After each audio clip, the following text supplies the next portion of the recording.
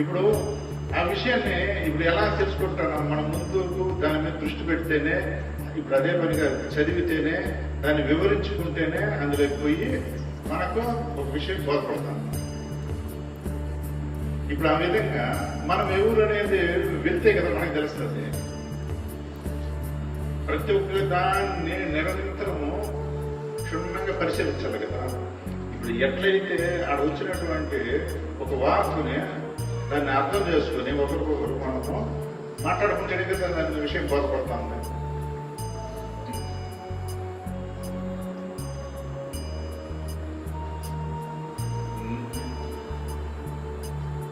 ఒకరు ఒక మాట అంటానే ఇప్పుడు ఎట్లొచ్చింది, ఆ మాట ఎక్కడి నుంచి ఆ దేహం నుండి వచ్చింది, ఆ మాట ఎందుకు రావాలి, ఇంకొక మాట రావచ్చు కదా. అనుకూలమైన మాట రావాలి కదా, వ్యతిరేకమైన మాట ఎందుకు వచ్చింది? ఇప్పుడు అనుకూలమైన మాట ఎందుకు వచ్చింది? ఈ అనుకూలమైన మాటకి నేను ఎలా స్పందిస్తాను? నా ఇంద్రియాలన్నీ ఎలా స్పందించినాయి, నా మనసు ఎలా స్పందించింది? ఇప్పుడు వ్యతిరేకమైన మాట వచ్చేటికి నా మనసు ఎలా స్పందిస్తా ఉంది, నా ఇంద్రియాలు ఎలా స్పందిస్తా ఉంది?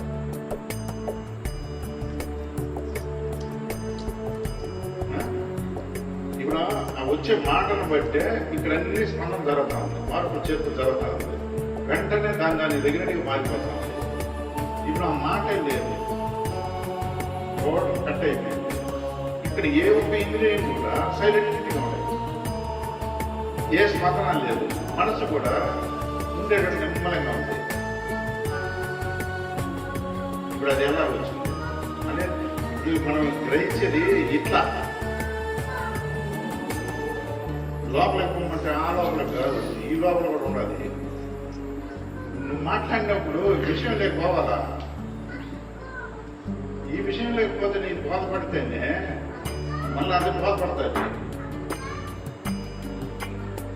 ఏనాడైతే మనం అంటున్నాం, మనం అనేక సమస్యలే చెప్పుకుంటున్నాం, బాధలే చెప్పుకుంటున్నాం, ఇంట్లో కలహాలే చెప్పుకుంటున్నాం, నన్ను మాట్లాడినారా అంత మాట్లాడినారా ఇవే చెప్పుకుంటున్నాం.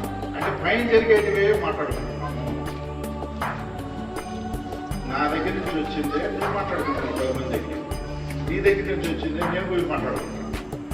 పైన కనపడేటివి, పైన నుంచి వచ్చినటివే, పైన అన్ని పైన ఉన్నటివే మనం మాట్లాడుకుంటున్నాం. నేను వెనక్కి పోలా.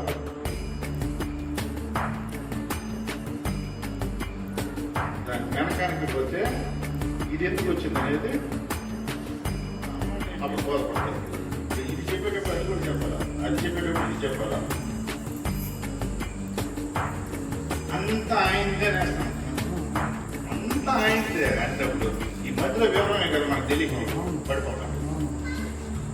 అప్పుడు మనమే ఆయన ఉంటేనే ఇప్పుడు తెచ్చుకునిందే.